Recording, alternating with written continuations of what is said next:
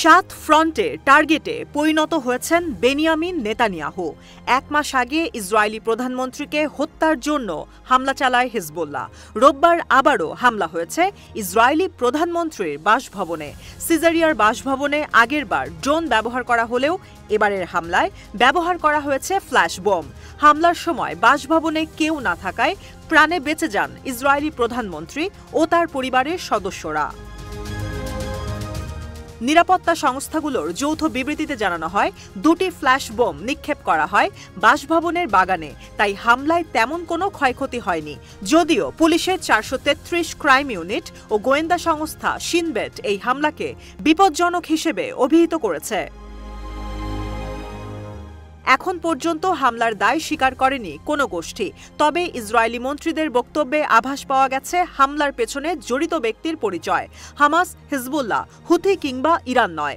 নেতানিয়াহুকে হত্যার ছক কষছেন দেশটির অ্যাটর্নি জেনারেল গালিব বাহরাফ মিয়ারা।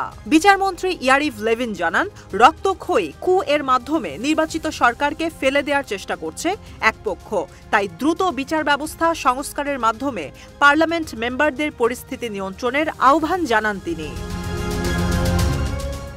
চলতি সপ্তাহে দুর্নীতি মামলায় সাক্ষ্যদানের দিন পিছিয়ে দিতে আদালতের কাছে আবেদন করেন ইসরায়েলি প্রধানমন্ত্রী। তবে আবেদন খারিজ করে দেন জেরুজালেম ডিস্ট্রিক্ট কোর্ট।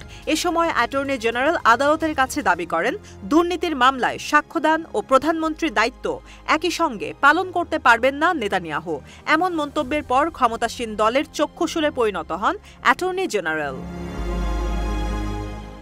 বিচারমন্ত্রীর পথ ধরে একই ধরনের মন্তব্য করেছেন পার্লামেন্ট স্পিকার আমির ওয়াহানা।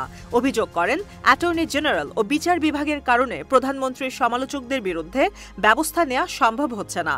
তবে এমন মন্তব্যে বেজায় চটেছেন বিরোধী দলীয় নেতা বেনি গ্যান্টোস। জানান, বিচার ব্যবস্থা সংস্কারের মতো ভুল সিদ্ধান্ত নিলে ইসরায়েল ভেঙে টুকরো হয়ে যাবে।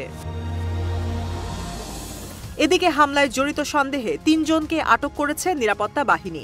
এর মধ্যে একজন সামরিক বাহিনীর শীর্ষ কর্মকর্তা। আটককৃতরা আইনজীবীর সঙ্গে সাক্ষাতের আবেদন করলেও এখনও তাদের অনুমতি দেওয়া হয়নি। এক মাস আগে সিজারিয়ায় নেতানিয়াহুর বাসভবনে হামলায় প্রায় 20 লাখ শেকেল সমপরিমাণ অর্থের ক্ষতি হয়। এবারের হামলার ক্ষয়ক্ষতির মূল্য সম্পর্কে এখনও জানা যায়নি।